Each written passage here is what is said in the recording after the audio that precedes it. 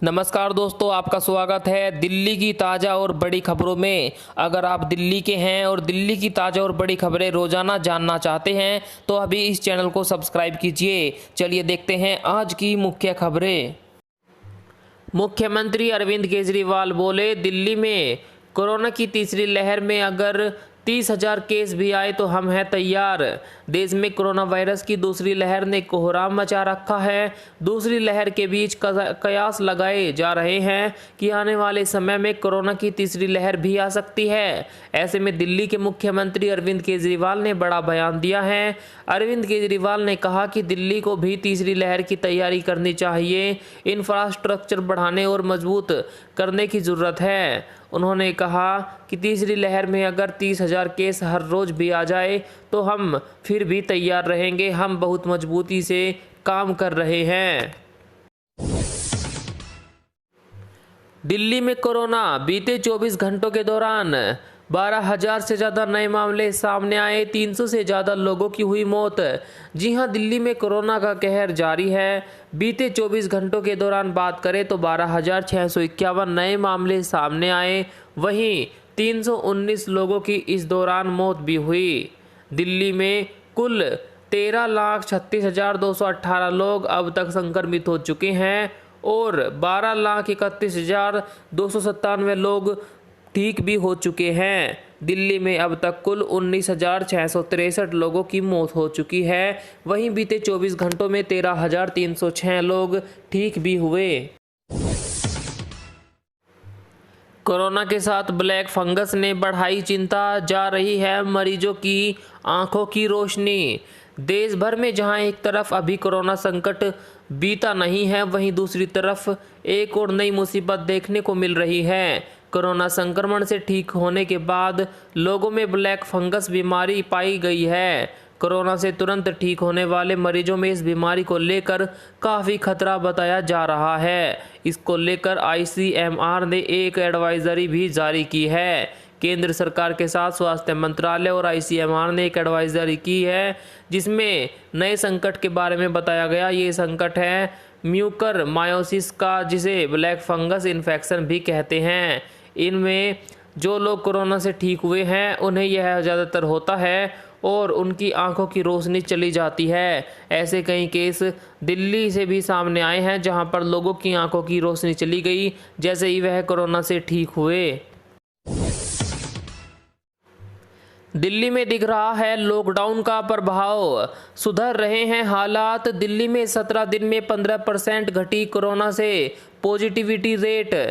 राजधानी में कोरोना की दूसरी लहर में हालात अब कुछ सुधरने लगे हैं। दैनिक संक्रमितों के साथ मौतों के मामलों में भी कमी आ रही है। साथ ही संक्रमण दर भी कम हो रही है। पिछले 17 दिनों में संक्रमण दर में 15% की गिरावट आई है। विशेषज्ञों का कहना है कि 20 तारीख से लगे लॉकडाउन का प्रभाव अब दिखने लगा है। हालांकि अभी स्थिति सामान्य नहीं हुई। ऐसे में लगातार एहतियात बरतने की जरूरत है। दिल्ली में कोरोना जो हाई फाई चल रहा था वह लॉकडाउन लगने के बाद हल्का पड़ गया। 15% की गिरावट आई है दोस्तों, यह बहुत अच्छी बात है। दिल्ली का हाल, फलों पर भी कालाबाजारी की मार। कोरोना की आड़ में भाव पहुंचे 7वें आसमान पर। कोरोना काल में लोग फलों का अधिक सेवन करके रोग प्रतिरोधक क्षमता बढ़ाना चाहते हैं, इसलिए इनकी कीमतें भी आसमान छू रही है। यूँ कहें कि वैश्विक महामारी के दौर में हर तरफ काला बाजारी हावी है। सब्जियों के भाव थोक में कम है तो रेहड़ी पटरी पर ऊंची कीमतें वसूली जा रही है। मंडियों में फल यह कहकर महंगे बेचे जा रहे हैं कि आवक कम है। मंडियों में माशाखोर एक तरफ कमीशन लेता है तो फिर आढ़ती, इसके बाद फिर रिटेल में जब फल सब्जियां पहुंचती हैं तो ये भी ऊंची कीमतें पर बिकती है। किसानों के हाथ इस बीच खाली ही रहते हैं। कोरोना महामारी के बीच दिल्ली में फल और सब्जियों के भाव 7वें आसमान पर है। कोई 200 रुपये किलो तो कोई 300 रुपये किलो, इस तरह से कालाबाजारी चल रही है दिल्ली के अंदर। 5 दिन बाद देश में आए 4 लाख से कम नए मामले, मौत भी हुई कम। 5 दिन बाद देश में 4 लाख से कम नए मामले दर्ज किए गए। इससे पहले लगातार कोरोना के मामले 4 लाख से ऊपर बने हुए थे। वर्ल्डोमीटर के अनुसार नए संक्रमितों की कुल संख्या 3,66,317 रही। वहीं मरने वाले कोरोना मरीजों की संख्या भी कुछ कम हुई है और बीते 24 घंटों में 3,747 लोगों की कोरोना से मौत हुई है। 4,09,300 नए मामले सामने आए थे इससे पहले। वहीं 4,133 लोगों की मौत हुई थी। मतलब कि देश में कोरोना के कुछ मामले कम हुए हैं। विशेषज्ञों ने कहा, भारत में केवल टीकाकरण से ही रोका जा सकता है कोरोना। अमेरिका के सर्वोच्च स्वास्थ्य विशेषज्ञ डॉक्टर एंथनी फाउची ने कोरोना को लेकर बड़ी सलाह दी है। उन्होंने कहा, भारत में कोरोना संकट का एकमात्र हल टीकाकरण ही है। फाउची ने घरेलू और वैश्विक दोनों स्तर पर कोविड-19 वैक्सीन के उत्पादन को बढ़ाने की सलाह दी है। डॉक्टर फाउची ने यह भी कहा कि भारत को तुरंत अस्थायी अस्पताल बनाने की जरूरत है, जैसा चीन ने 1 साल पहले किया था। और चीन ने 1 दिन के अंदर ही कई हजार बेड वाले अस्पताल बना दिए थे। ऐसा ही भारत को भी करना होगा। भारत में मौजूद है दुनिया का सबसे खतरनाक कोरोना वायरस का वेरिएंट। तबाही से उबरने में लग जाएंगे कई साल। जी हां, भारत में तबाही मचाने वाला कोरोना का नया वेरिएंट धरती पर वायरस का सबसे संक्रामक म्यूटेशन है। आपको बता दें, अभी अमेरिका की एक यूनिवर्सिटी में जो रिसर्च हुई है उसमें बात सामने आई है। उसमें बताया गया कि भारत में फिलहाल जो कोरोना वायरस का रूप चल रहा है वह पूरी दुनिया में सबसे खतरनाक है। यह सबसे ज़्यादा तेज़ी से फैलता है। और आपको बता दें, साथ ही उन्होंने कहा कि भारत को इस बीमारी से उभरने में कई साल लग सकते हैं।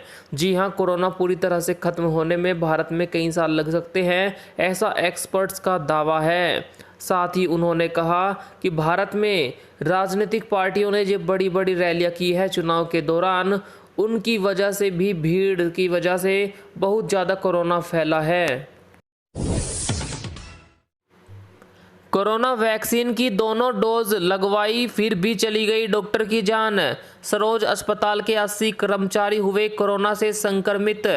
देश की राजधानी दिल्ली में कोरोना वायरस कहर बरपा रहा है। सरोज सुपर स्पेशलिटी अस्पताल के 80 स्वास्थ्य कर्मचारी कोरोना से संक्रमित हो चुके हैं, जबकि एक डॉक्टर का भी कोरोना से निधन हो गया।